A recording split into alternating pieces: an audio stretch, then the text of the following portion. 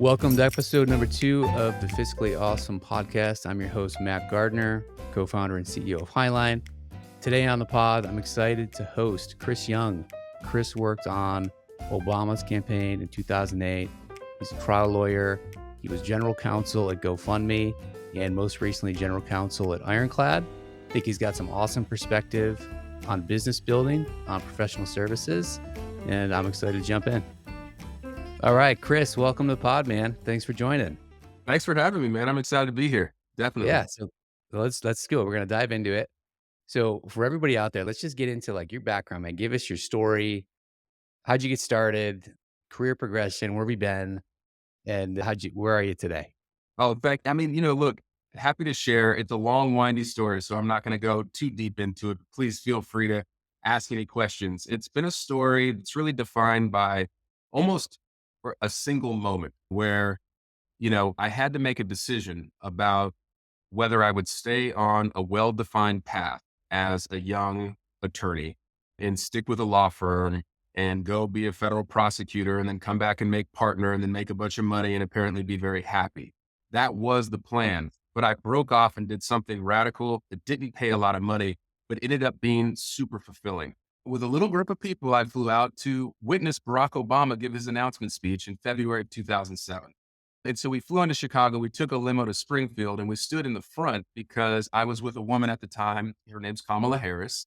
And her brother-in-law was my mentor and one of my closest friends to this day. And Kamala knew Barack.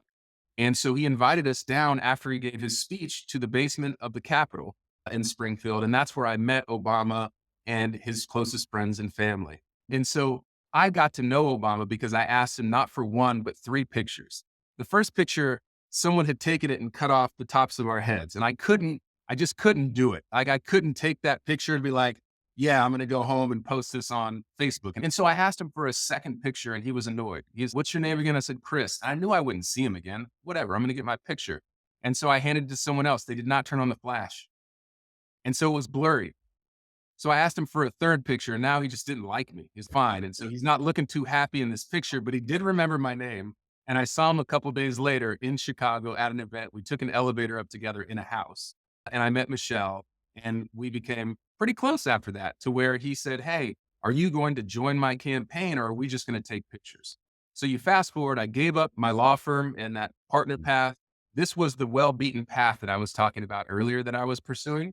And I went off and I joined this campaign, being his first hire in Northern California, his finance director, raising record amount of money, playing basketball with him on the campaign, ended up meeting my now wife of, 15 years on the campaign almost.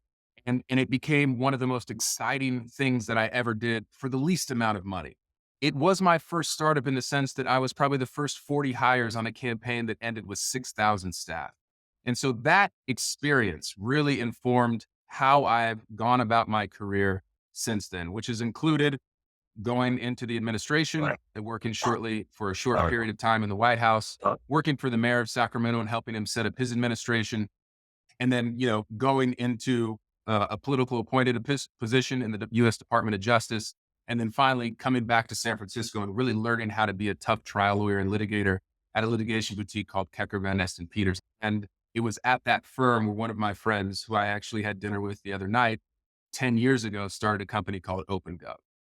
At the time, I was at home on parental leave, and we had just had our son, who's now 10 years old, Elijah.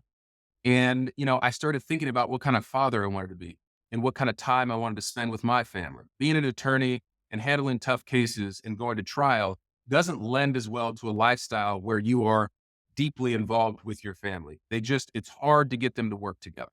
And so I decided to bet on myself, Matt, and I decided to go join this small company called OpenGov as its first head of business development, which was not a legal position. And it was there where I learned how to lead a sales and business development team and really start to bring in revenue to an organization that had a great cause, a great mission, the Department of Justice. And so look, that was my beginning. That was the start of my startup experience. And from there, I had an opportunity to go run legal and corporate development partnerships at GoFundMe, which was another company that did well and did good. And then from then, I became one of the first customers of Ironclad, right? Where I met the co-founder who was a lawyer. at a dinner, and he demoed the product. I vetted the product. The product wasn't up to par with other products out there, but you know what was the talent of the team, Mm. small team that he had assembled, and the vision for the company, and how genuine and authentic the people were who were there trying to really advance this mission.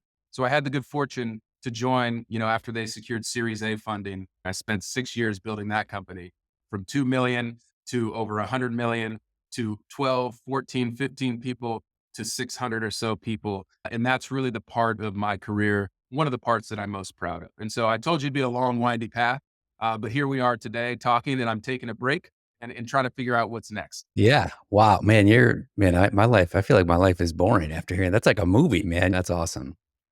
So when you practice corporate law, when you went into big corporate law firms, at the time you hadn't had the experience of working for a technology company like Ironclad. Were you aware at the time that like the way that they operated was like maybe a little bit outdated, like behind the times, not evolved, not technology enabled, like doing things? Right. Was that what it was like when you were there? And when you were there in that moment, did you have the perspective that like this just seems unnecessary? There must be a better way. In part, yes, but in part, no, because context matters so much. Yep. Knowing what's on the other side of the fence, learning about what's possible, right, is where you start to have these realizations. But I do remember one example is sitting in my office and taking time notes, right? So law firms, you bill by the eighth or the 10th of an hour, you record it, and then you submit a monthly roll up to your clients, and then they pay your bill, right? That's how law firms generate revenue, the billable hour. And so, I remember sitting there and looking at these long pieces of paper that I had, and it just had little time notes written. And then I would go type them into the computer and I would submit them to the partner. And I thought, this is crazy. Like, it's a pencil or a pen and a paper. And that's how that's what I'm submitting to generate revenue for the firm. And it was at that point where I thought, there's got to be a better way. There was another point where I was on a big trade secret misappropriation case. The stakes were high, and there was terabytes of information to sift through to try to find those nuggets of information that will help bolster your case, or ones that will give you more perspective about maybe the vulnerabilities of your case. And I remember thinking how manual that process was, where they load a computer and you manage a team, often overseas, who's clicking through all these documents and surfacing ones that could be responsive to a set of, sort of criteria that you put out and that they're trying to marry information to. And I thought there's got to be a better way. And I felt bad for clients because my rate was so high. And yet I was doing work that really didn't have anything to do with my law school education. Hmm. It wasn't bad until I went to OpenGov, because if you think about it, you've got accountants and finance, you've got legal, and you have government. And what do these departments or components have in common? They've been traditionally underserved by cutting edge technology. And when Hmm. I joined OpenGov, most governments were on-prem. They hadn't even moved to the cloud, right? Yeah. And they like software, they're like, whatever works. They got comfortable in the way that they worked. And, we had an uphill battle when it came down to change management and introducing technology that could make their work more efficient and their department more effective, right? So we're cut from the same cloth in the sense that like I spent 9 years in Is public that right? accounting I was Yeah. an auditor. Believe it or not, I did it for 9 years. The And I'm thing most about it is, if I saw you down the street, I wouldn't say that guy's an auditor. well doing it right. We're winning on that Yeah. in that sense. But yeah, I did it for 9 years, man. Like I'm pretty gritty. And if I commit to something, I commit to it. But just watching like the whole business model, like my first year, like I spent a Mhm. lot of time like pushing paper around, like scanning stuff in. I was like, this just seems wild to me. But what I find to be unique and rare about one of the things that you said is that with Ironclad, you said that like when you met that team and you demoed the product, it wasn't the best product and it wasn't the safest bet for you to make. But you believed in the team. And if you polled most accountants, lawyers, folks who are generally considered to be risk adverse, more conservative, I think it's rare to hear somebody say, I'm gonna pick the least obvious option because there's risk associated with it, and I'm gonna bet on the team. Mhm. And that to me says a lot about you because I think it's super rare. That's how we operate when we pick technology partners. Right. we don't pick the big guys all the time. We bet on teams. We pick the technology that we think has the best chance of providing a differentiated experience for our clients, even if it means we have to commit ourselves to 6, 12, 24 months of working with that technology group as they build the product to get it right. And I love that you said that. That's something that I'll take away from me today. That stands out to me in a big way. So with Ironclad, man, like you joined when? How I how joined, small were they? What stage? yeah, it was Series A, right? It probably had anywhere, 25 to 35 employees. 25, 35. So you were like in it, ground floor. So would you say did you have like good solid product market fit? Or were you, I know they're gonna get it. It's just like a matter of time. Product's there. I'm gonna help them go find it. It What is right. And so Ironclad is rare in the sense that it found product market fit like from day one coming out of YC. And a lot of companies, it takes time to figure out what that looks like. The idea was, Chris, as a GC, we hear you complaining about the fact that folks just send you contracts. Can you make a contract for me for this purpose? Can you review this NDA? Yep. Do we have an NDA?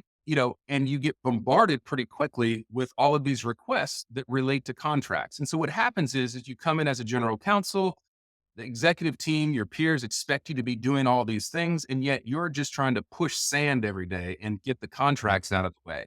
And that doesn't lend well to, demonstrating the impact that you can have at an organization. It doesn't lend well to happiness and fulfillment, right? Because you're kind of doing these same sort of activities each and every day. And folks don't have empathy or really appreciate the fact that they're not your only client. So everyone who has a contract feels that that is the most important contract you could possibly be reviewing. They don't know that there's 12, 14, 16 others that are in flight. And doing that over email is just, it's fraught with problems, and it really increases the likelihood that mistakes will be made. And mistakes in contracts aren't fun. It's brutal, man. It's like the let's PDF red lines back and forth to each other 16 times before we agree to sign it. And then it's crazy. So if we like orient away from like your role in the business as GC, it's like building a business, right? What was it like going from 0 to 1 at Ironclad? What was like the culture like, the environment? I think like those early stages when you have kind of figured out you have something people want to buy, Right. even though it's like wild and it's chaotic and people are wearing lots of hats. I think those couple of years are like that's the best moment to be in because it can be so much fun. But what was your experience from like the 0 to 1 phase? It was a fantastic experience. I mean, and it really is one of the highlights of my career. The first part is, I remember walking down the street with our CEO, and I asked him, I said, what are you doing for marketing? This was right before I joined the company. It took me about a year to join it. And I finally joined us, what do we do for marketing? He says, we don't do anything other than host community dinners once a month. We invite in-house counsel to come sit down at a nice restaurant Mhm. and talk about Ironclad. We don't talk about the business. This isn't a sales pitch. We just feel that this community is one that really benefits from getting to know each other, from commiserating, from celebrating wins with each other, really from learning from each other. And in fact, that's how I met our CEO, was a group of GCs. And at the time he was GC, CEO, account executive, everything in Ironclad. These experiences really are good for everybody. And over time, folks, it begs the question, who's Ironclad? What does Ironclad do? Oh, really? You can help me with my contracts? And that's how things started. So we had a lot of fun out in the community. We had a lot of fun connecting with folks, and it led to good business, right? And so the other thing that really stood out of those early days is just sort of the scrappy nature, right? The drive. We had 4 values, one of which was drive. And really those early days were about that. Intent and drive. Folks felt this strong sense of ownership over the department or the component they were overseeing. Often it was their first run at Yep. overseeing a department, or they were the first hire in that department. We all believed in each other, and we all support each other. And so it makes work fun, and you're working incredibly hard, but you're having a good time. And I think that was what was special about Ironclad, super early. The third value we have of 4 is integrity.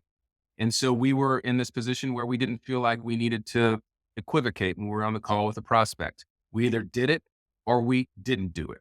And, what you find with certain industries is that they've been burned before, right? And lawyers had been burned before by other competitors of ours who had promised the world, but never actually, fulfilled those promises. And Mm. so we decided early that we were the type of company that was going to shoot you straight, and we were going to get the job done the way we said we would do it. And we'd work with you to develop the product on a going forward basis, but we didn't make any promises. We didn't build any one-offs for customers, and we were willing to take losses early so that we could win more later. Mm.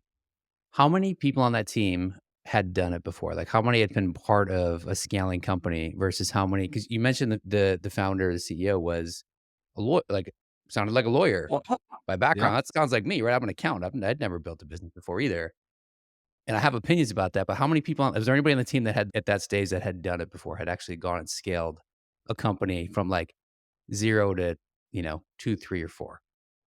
Not that I could think of. Now you think of so.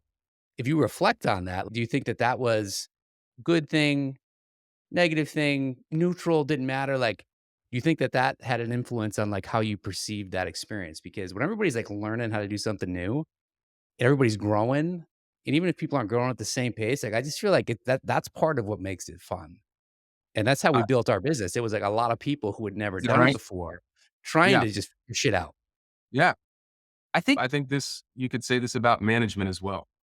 I'm a true believer that you hire talented and decent, good people, and you let them run because they feel like you have a tremendous sense of faith in their skills, their ability, right? Their abilities. And folks take that very seriously. Right? It's the opposite where you kind of run into troubles, where you hire folks who are talented, but you just can't help micromanaging them and keeping them contained. What you want to do is set expectations, right? Set goals. We always run out on a company plan. While it was a group of people who had done it for the first time, from day one, Ironclad ran on a company plan, an annual plan, Yep. and each team ran on a plan, and that supported the annual plan. And each individual on each team had their own plan. And so there were no questions about what success looked like and how to measure success. And so when you have that structure in place and you hire talent, I've always believed the best thing to do is to let them run, Yep. right?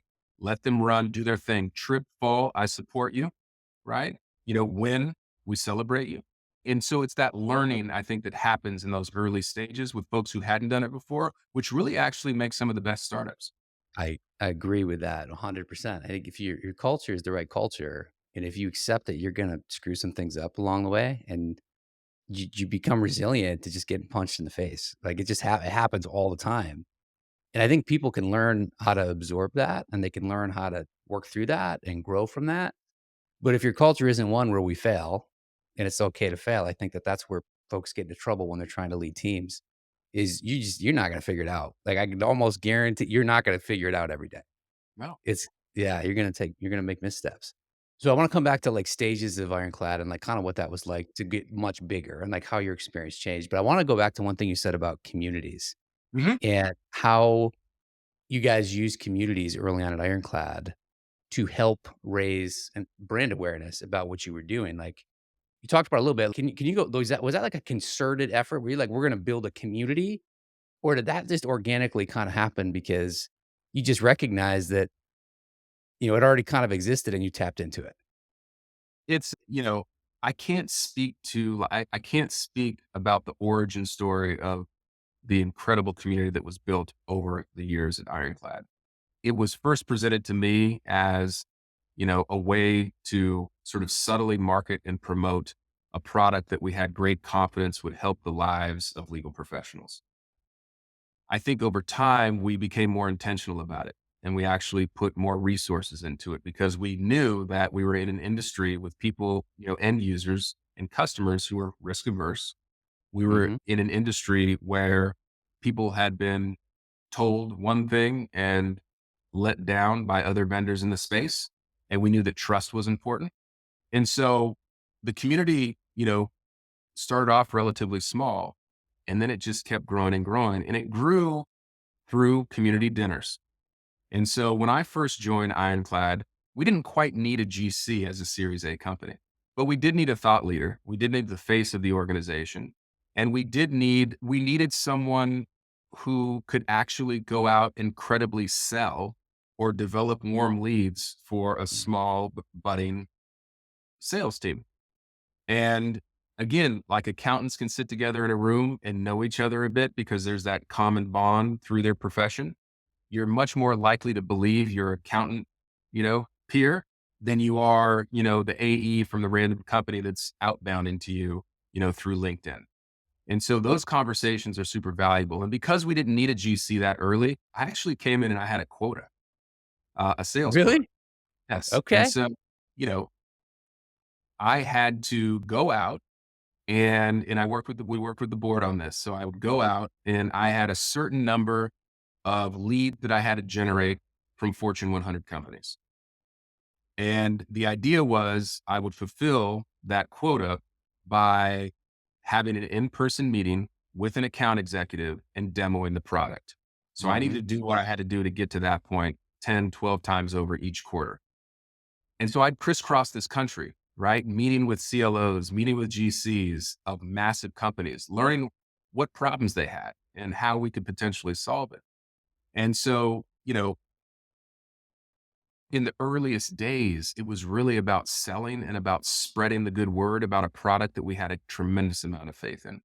We started to actually invest more in the community when we realized that everyone talks to each other and they compare notes about their experiences with vendors. And so we did more community dinners. We did more, speaking opportunities, pursued more speaking opportunities at conferences like Clock. We went from being in the back of the Clock conference, just serving coffee in the back booth, to fast forward today, and we are the first booth you see when you walk in, and we often have a keynote speech at that conference. That came through building the community. That came through generating interest in Ironclad through genuine connections with people who we felt strongly about and who are having massive impacts on organizations. It's often unseen and underappreciated. S- So, in the community, did you find the community worked better with folks like yourself who were GCs at large companies, or did it work well with law firms like the one that you came from, or was it both? And like, how was it different? Like the interests of those two groups, how was it different? The interests are very different, and we actually never sold to law firms. And so our whole focus, and I still say our, I'm an advisor to the organization and been around them for 10 years. So Yeah. it'll be hard for me to say they, but law firms we didn't sell to and we don't sell to. It was only in-house counsel.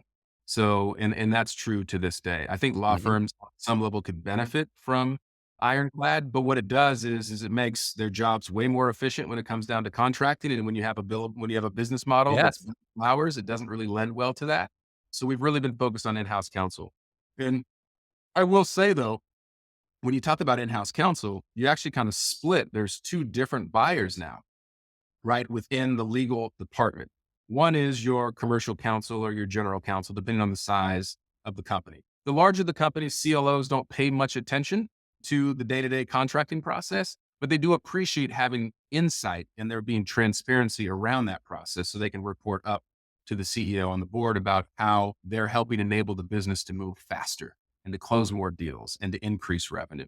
But the other personality that came out, the other sort of buyer persona that emerged was the legal operator. So there's a position called legal ops, right? And you can have a head of legal operations. Think about sales operations for sales or DevOps or every Yep. organization, every component. Many of them have some point person who's charged with running that component like a business, reporting out key metrics, ensuring that you're tracking well against your goals that you've established, et cetera. That's a legal operator. And we had the good fortune of hiring one of the women who effectively created that position.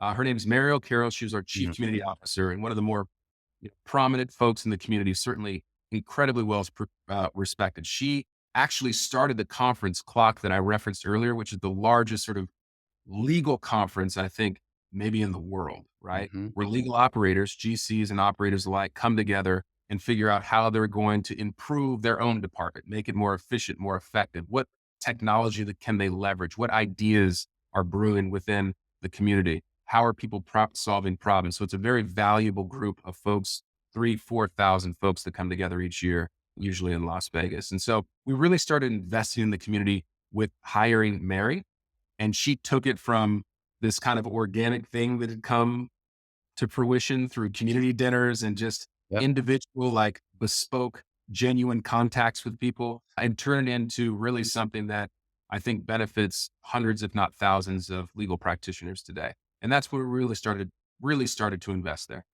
Yeah. So your end customer was you're in your community, Yeah. essentially. Yes. And so Yes. my curiosity is around communities because, we're basically doing outsourced financial ops, right? That's our job.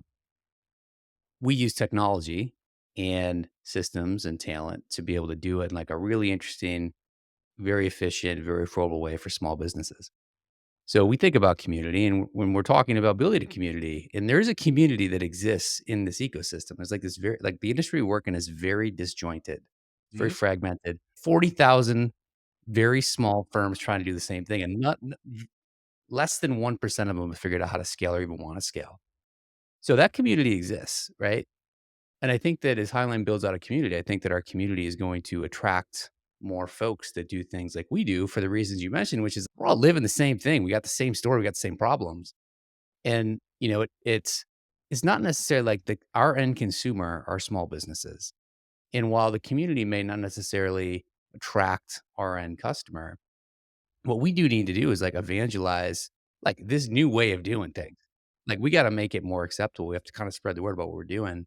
And there is a lot of benefit in doing that as a cohort of Right. folks trying to kind of just change the way, create a movement. This is just the way that you're going to get it done. You mentioned, why wouldn't a law firm use Ironclad? Like my brain just exploded because like I have the same opinions about like professional services, accounting firms. If it promotes efficiency and it reduces my billable rate, I'm just not gonna do it. Right. Right. It doesn't make any Think about sense. that. Yeah. Makes It no just sense. and it starts to encroach on your sense of self and purpose at the company to the extent it's taking work away from you. So there's this threat that am I actually indirectly working my way out of a job or making my job lesser than by incorporating some software that's going to make it more efficient? And so those are uphill battles that you face in legal and in government and in accounting and Yep. finance. I wanna talk about technology and, like, how you view technology a little bit too. I'm starting to feel like because of technology and technology enablement, it's forcing me to start to think about what we're offering as a business differently. It had always kind of existed, but I'm, like, finding myself it's easier to kinda find the words to describe it. When software, you invest a ton of money to build something, and once you build it, you monetize it through sharing the value of the thing that you built. Yes. Right? High risk, high reward.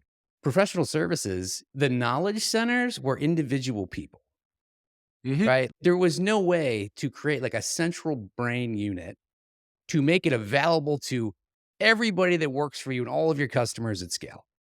Right. I think with technology and AI and all the tools that exist today, you don't necessarily have to know all that stuff. You just have to work in a company that's built the systems around that central brain unit.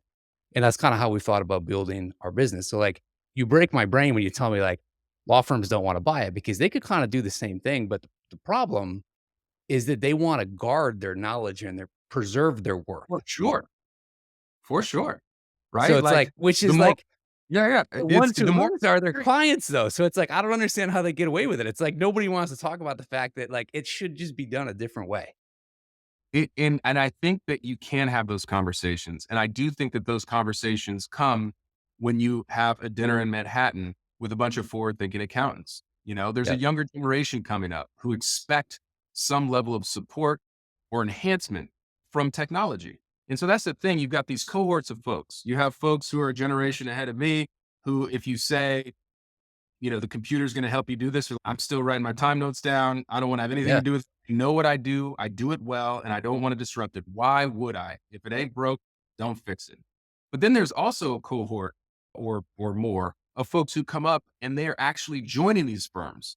Um, and they're expecting technology to be there to help them provide the value that they provide and more of it, actually.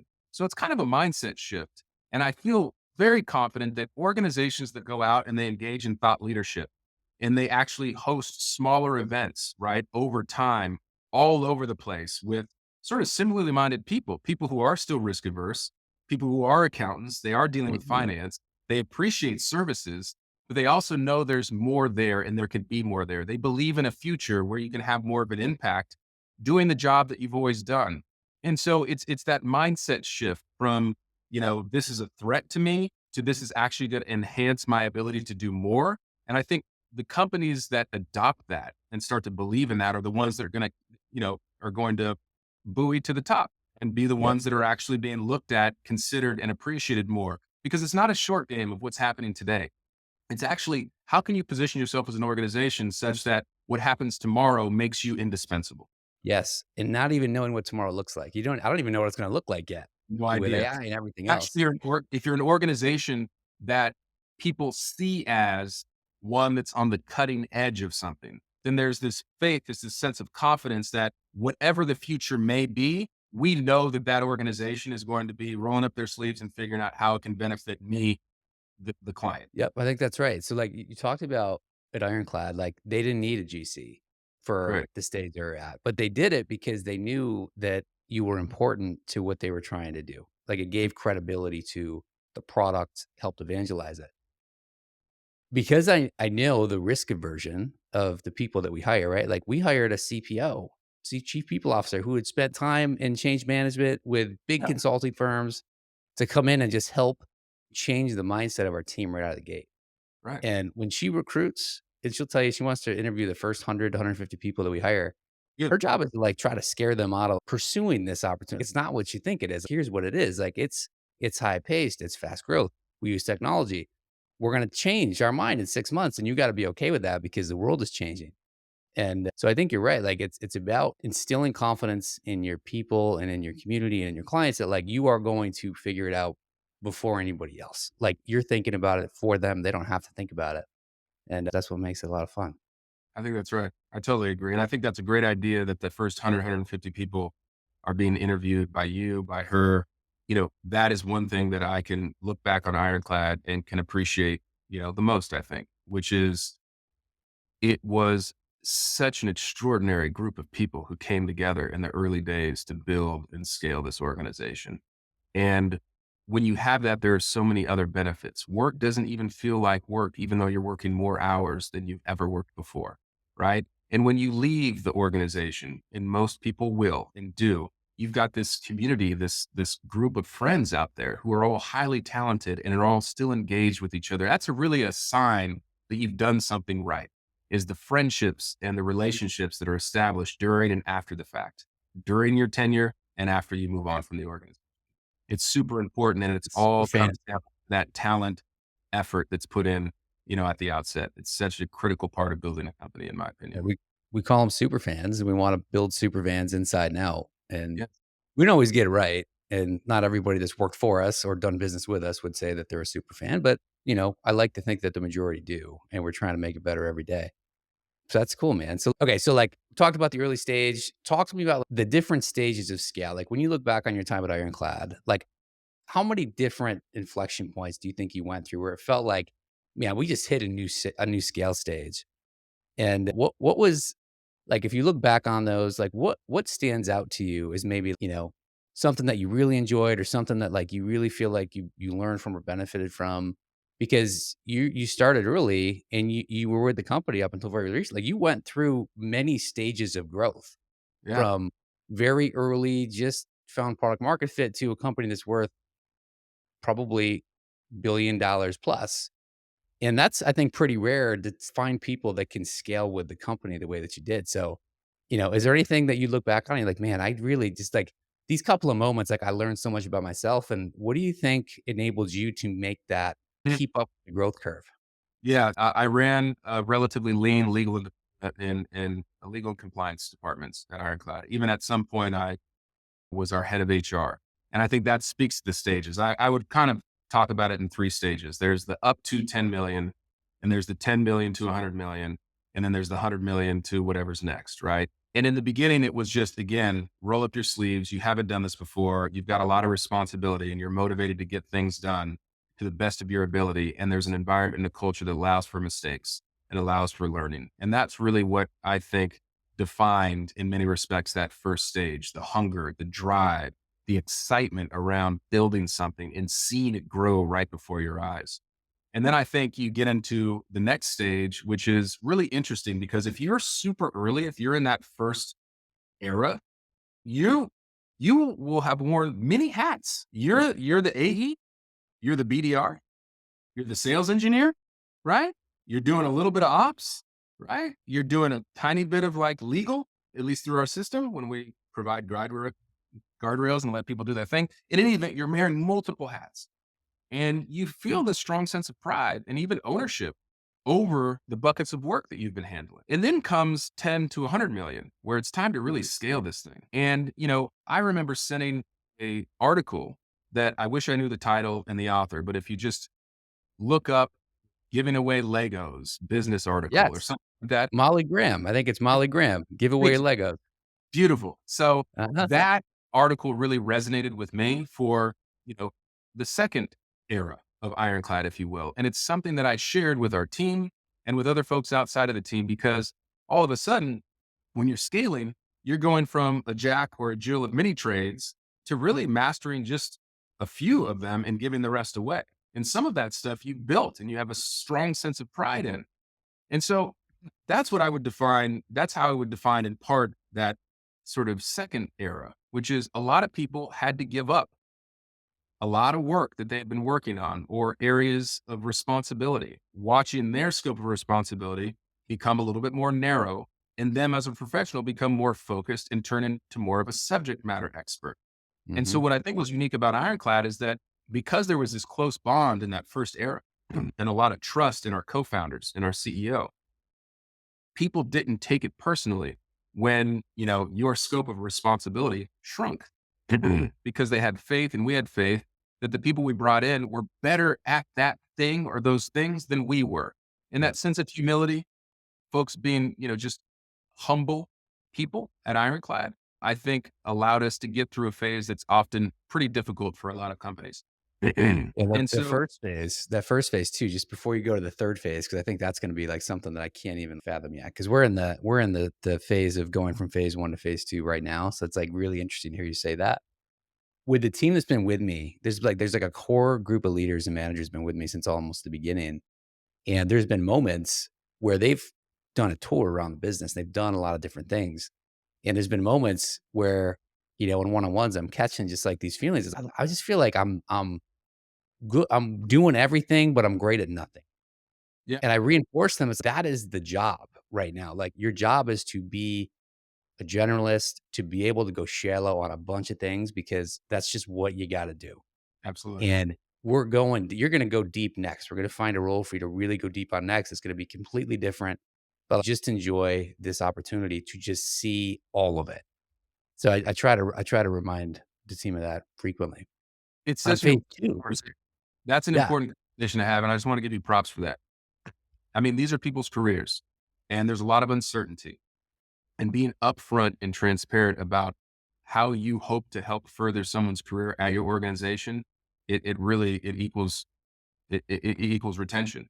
And when you have strong and talented people, even through all these processes and these changes you go through, it really behooves any organization to keep those talented people and help them grow in their respective positions. We've lost sight of that. I think Silicon Valley has lost sight of that. And I think the companies that really focus on that, nurturing that talent over time, even when it seems like you could just replace them with someone from a big company, I think that's important to hold on to throughout these eras. Our culture will always center around the original crew, and my original crew, myself included. Like, we may not be everybody is subject to getting layered at some point in their career, right? Like, if you don't think that that could happen, I think you just have to accept it and be okay with it. But, it's bringing in folks who don't fit that core culture. Like, you can't just bring in a rock star who's done this thing before. But if they come in and they mess with your culture and your core team who helped build the business walks away, I think you're creating real business risk. I think you're creating real customer risk. And I think that if you lose that thing that you built, which made you successful, I think it's a big mistake. So as we start to bring in more talented folks who have done it before, which we need to be scaled. They got to fit the mold. They got to fit the culture. They got to be what we're about. They have to share our values. And if they're not, it's not going You to can't, work. they could be from the coolest public company that you're just obsessed with becoming one day, which I Mm-hmm. believe is a mistake. And that's another conversation, but they could be the fancy person with all the bells and whistles. But a couple things. One is chemistry matters, right? Chemistry matters. Matters. Think about, I guess, the U.S. Olympic basketball team playing against Serbia. That was a close one, right? Mm-hmm. Or some of the other games where it's like, how is this so close when you have literally the best players on the planet all on one team? Well, it's because of chemistry. Nothing works if you have a bunch of all-stars. It only works if you have a bunch of people who know their role, who appreciate their role, have trust and faith and confidence in the process, believe in the coach, right? And play well together. You're going to get farther faster with that team than you are with folks who, who really have the shiny background and who've been Yeah. at that company, and therefore you think they can just come in and do it at this company. And so I really, I applaud you for that approach, keeping that nucleus, that core team, and ensuring that you're preserving that culture when oftentimes, things start moving so quickly that it becomes a second thought. Keeping it at the forefront of one's mind and the minds of the folks who are really building this company, I think is one of the most important things to do as you're thinking about going into your scale era. Right on, man. That's well said. And then can you share with me like your recollection of the concept of giving away your Legos? Because most people who are listening probably have not read it or not familiar with it. It's probably relatively obvious what it means, but what did it mean to you? And how did you use that in trying to kind of coach the people around you to follow suit and give their Legos away too? It's a good question. I'll just be very personal about this one. So, I am a recovering trial lawyer litigator where I did massive bet the company cases in federal court. And so you'll think about Google versus Oracle. You'll think about, massive patent infringement suits against cable providers. And really, or you'll think about Palantir, a very famous company that my firm and I effectively saved, right? In the early years. You're always on, you're always needed, and you feel this strong sense of importance, right? And you also are able to flex a certain skill set that you're not often able to flex. And so I was inspired by some of this feeling of being this trial lawyer with this tremendous responsibility. And I took that mindset into the startup world. And in the beginning, it's amazing. You come in, Chris, can you go, we need to lease this office building. Chris, I'm having a dispute with this employee. Chris, help us with this financing round. Chris, go sell to MasterCard, right? And it's, yes, I'm needed, I'm wanted, I'm building, and I feel very strong about the work that I'm accomplishing. And so there was a moment at Ironclad where I thought, I'm actually going to try to use this experience and parlay that into my next job, which would be one maybe of a COO, or maybe I'll start my own company. So while I'm here, let me try to wear as many hats as possible, get as much experience as possible, and really build beautiful things in each of the areas that I'm working. And there was a day when I was walking down the street, my CEO was like, "Hey, can I catch up with you?" I said, "Sure." He said, "I'd love you to run HR." I said, "What?" He said, "Yes, I think you'd be a great HR leader and you're a culture guy. So let's do this." And I thought, sure, another thing that I can do and help impact this business. I was excited about the challenge, the newness. Era one happily came to an end because it means your company is moving right along. But with the end of that era came this moment where I had to confront the fact that these things I had been working on were going to eventually go to another person. Mm-hmm. And at first that was tough. I was like, well, wait a minute. I built this. I did this. I put in the late nights. I put in the weekends. How can you just give it away to some other person? So I started reading and talking to other folks and learning that really this is part of the process and that the best thing to do is embrace it. And so this concept of giving away your Legos is effectively this. You're very proud of what you've built, the time, energy, and effort you've taken to build it. It's a nice, like, spaceship that you built from Legos. And all of a sudden, some stranger comes in and is, you know what? I'm going to take that spaceship and I'm going to build it into something to go way farther and it'll Mm-hmm. move fast. And you're like, are you sure? Because I don't know you. Who are you really? And what have you done that allows you to earn this right? But if you have faith and confidence in the people at your company and the culture and the insistence that you maintain that and grow it over time, it becomes less sort of offensive to your ego when you have to turn over your Legos. And so this article is about being okay with that and essentially recognizing it as an opportunity to focus your energy and effort on something different and something new, finding something else that you can contribute to, something else you can do well. And I went through that so much as a professional at Ironclad, and so many other people who are there still today who started early have gone through that as well. That's the common denominator between and among these folks. So if you shift the mindset from something's being taken from you and you're effectively a victim to no, this is actually presenting me with an opportunity to do more and have a bigger impact in a different area, then it becomes easier and it actually starts to become exciting, right? And so that's the concept of giving away your Legos. And I sent it to our legal team because I said, hey, there's going to be a lot of change in this organization as we scale. We're going to add more people and your scope of responsibility is going to narrow. But instead of thinking something's being taken from you, recognize it as an opportunity to learn something different and to have an impact elsewhere. I think that went relatively well. I still hear about the impact that had on our team and some of the other Mm, folks with I shared that article. that's cool. Yeah, that's once you accept it, you can kind of like just breathe it out. You can just let go Yeah, of the thing that you've been holding on to for so long. And I think also you should recognize that not everybody can build things from true, 0 to 2. true. There's folks that come in and they can go really deep, and you're gonna bring in folks that are comfortable going really deep, but they're not comfortable going 0 to 2. There's builders, and then there's people who can really execute to the next level, and you need Absolutely. both. And so I think if I was gonna kinda just reframe that to you, do you think your ability to move from role to role, to put on new hats, to get comfortable being a builder and taking on new tasks and responsibilities, is that what kept you going? You're able to just keep finding a new space to carve out for yourself. You stayed energized and excited about the work, and you just kept going.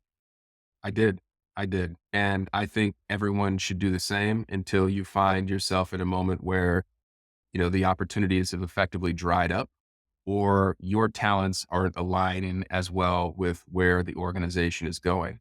And it's not a negative feeling. It's also not a positive feeling. It's just the reality of things. As professionals, we need to keep growing. And as leaders of companies, it behooves us to ensure that there's an environment where folks feel like they can keep growing and developing. Mm. That's where you get the 20-year tenured Salesforce guy. And, we're far now away from an era where companies would retain people forever, right? You worked at Sears for 40 years, right? You worked at Kodak for 50 years. Why? Because you came in at 21 and they said, we believe in you. We have high expectations for you. We see your talent and we're going to help you cultivate that over a long period of time. And that is something that I think we've lost sight of as sort of these forward thinking technology industries. People seem more fungible. It's less personal. There's less investment in the people at the organization. When people feel like they're valued and they care about, it's not about whether their job goes in this direction or that, whether their responsibility changes over time. It's about the feeling and the belief that the company cares about you and your best interests. And if the company does truly care about you and your best interests, we all know what happens to that company. It grows steadily Yep. and well. And you can look back at all the things you accomplished over the years with a really good group of people who've been through that roller coaster with you. Yeah, and I think to that front, because 'cause we've been through highs and lows, man. It's not always that you're gonna make everybody happy. It's not always that everybody's gonna get the money they want or the job they want or the promotion they want, but you're gonna be honest with them about the wins and the losses in the business, when it's hard, when it's easy, and you're gonna be honest with them about, like, when maybe it's not going so great with them and they need to get better, or maybe they're not the right person for the job. I think if you do that well, if you can thread the needle well, like, you can keep your team with you for a long time because they're gonna trust you, and that is so much easier if you can navigate through those choppy waters, like, you can build a great business because your culture stays intact. And I just think that that's, like, a little bit harder to do, so a lot of companies just don't choose to do it that way. It's easier to just, like, fire and replace, fire and replace, fire and replace. And that's hard too, that takes energy. It takes energy. It's hard to do. It's hard to, we've all had to do it, have the talk with somebody about how Mhm. it's not going to work out. But you feel much better about it. And the person who is receiving that type of information feels better about it when they know they've been afforded multiple opportunities, Yep. right, to succeed in their role. And, I think performance reviews should be really inflection points and, effectively meetings that people are excited to attend. You shouldn't be nervous the night before your performance review Hmm. because you should believe that your company has your best interests in mind because, of course, the company knows that it will only do well if its people do well, right? Yep. You should also know, and you should also be a part of a culture where the performance review is kind of perfunctory. You're going in, you're touching base. Hey, where do you want to do? Where do you want to go? How can we get there? More of a collaborative sort of discussion that is a list of things that you didn't perform well on and constructive or not constructive feedback. Because really, what you should have, it should just be a check-in. You should be giving immediate feedback, in the moment feedback, real-time feedback. That's where you develop the trust Yep. of your team. If you give real-time feedback, you're not nervous before you go into that performance review. But there are companies where there might be 3 years before you get a Yeah. performance So review. we work on this all the time. It's like trying to coach our people managers and our leaders to give feedback. Like feedback is easy to do when it's good. It's more impactful to do when it's constructive. And it doesn't have to be bad if your intention, it's a gift if your intention is, I'm trying to make you better. And we're Yeah, trying to make the company better. And I think it's really scary for a lot of people to think about it that way. And, I think again, lawyers, accountants notoriously are like not generally good at this because they didn't come up in a business that really probably promoted that the way that Ironclad did and you did and I did. And I wasn't great at it first either, but you learn it over time if you make it a priority for your business. So I agree with that 100%. Okay. Last question. I'm going to wrap okay, it up. all right. If you could give just like the most important piece of advice to a young company just getting started out today, what would it be? Like, what do they absolutely got to get right in the early stages? In the early stages, it's important for everyone to know and believe in the mission of the organization and to know what they're doing each day they wake up and walk into an office or log into Zoom or a little bit of both. It is incredibly important that along with that mission, there are expectations around culture and how you choose to operate as a group of people all rowing in the same direction. It's so critical because your 200th hire will be made by an ambassador, someone who was a part of the earlier days and who's charged with ensuring that you're still building the company that you want to work at. And I would say that that is most important because the stronger that is in the beginning, the less difficult it is to remember it when all the successes start coming and you start moving a million miles per hour when you enter into that scale phase. Don't forget what you got in it for and ensure that at the end, you can walk away feeling like it was all worth it. That's well said, my man. Well said. Thank you for the question. All right, Chris, I think you had some awesome perspective, man. I appreciate your time. And I think there's a lot more we could cover. So we'll probably have you back on as a guest Well, sometime down the road. yeah. But I really enjoyed it, man. Enjoyed getting to know you. And we'll talk to you soon. Thank you, Matt. Appreciate y'all having me on.